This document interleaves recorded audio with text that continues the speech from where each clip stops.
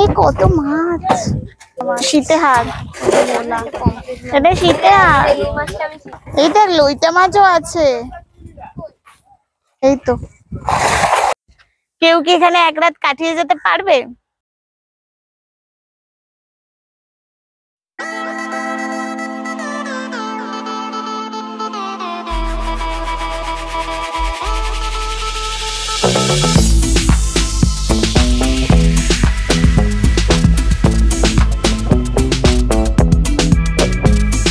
আমরা এখন পেনফিশ মৎস্য বন্দরে চলে এসেছি। এখানে per person per head ticket 5 টাকা, আর 4 চাকার গাড়ি টোটো 10 টাকা।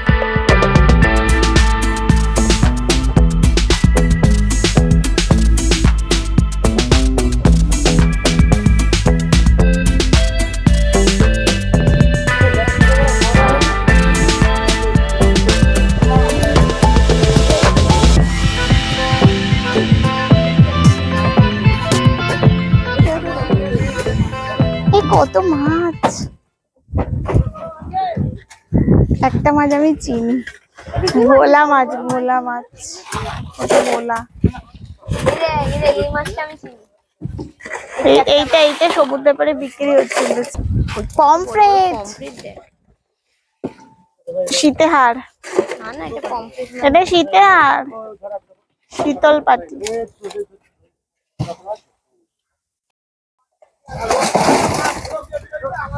মাছ নিয়ে যাবি নাকি বল? এখান থেকে একটা ভেটকি মাছ নিয়ে নিলাম।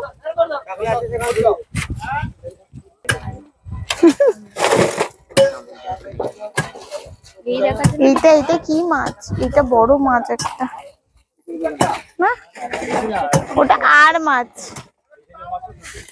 ওগুলো আর মাছ আমি কিনে নিয়ে যাই। এগুলো হচ্ছে ভেটকি বোধহয়।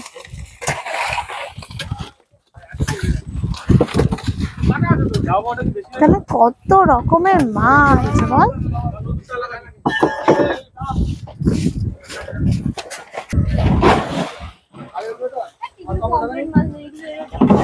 এগুলো কি মাছ গো? পমফ্রেট মাছ না? হ্যাঁ পমফ্রেট বলছো। এইটা নয়, ওইটা, এটা হচ্ছে কালো পমফ্রেট।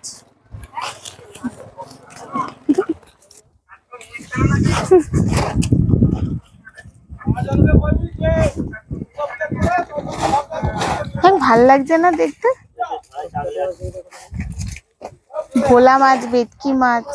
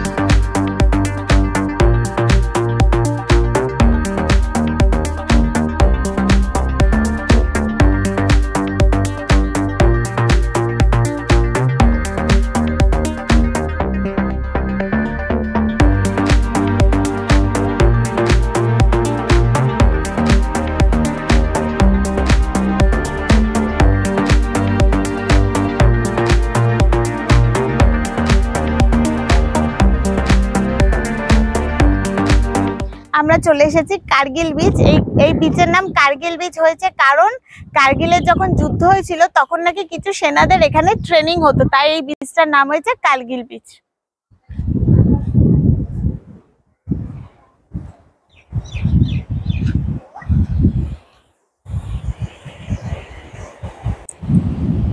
এই বিচে বোধহয় কাউকে নামতে দেয় না।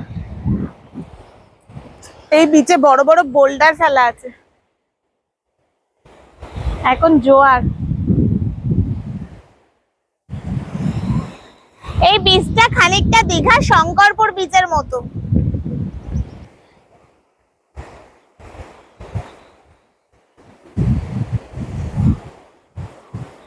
এখানে সমুদ্রের কিন্তু প্রচুর ঢেউ, বকখালির থেকেও বেশি ঢেউ সমুদ্রের এখানে।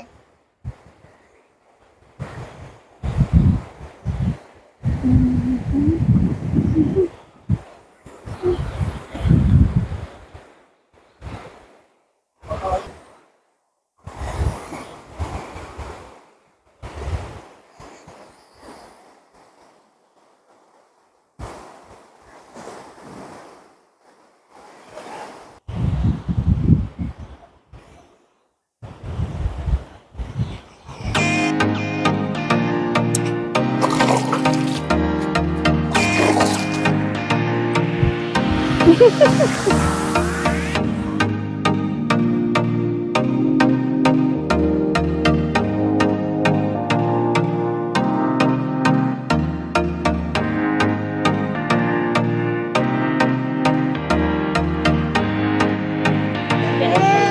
দিয়ে শশা হবে না না, তাহলে আলু করবে।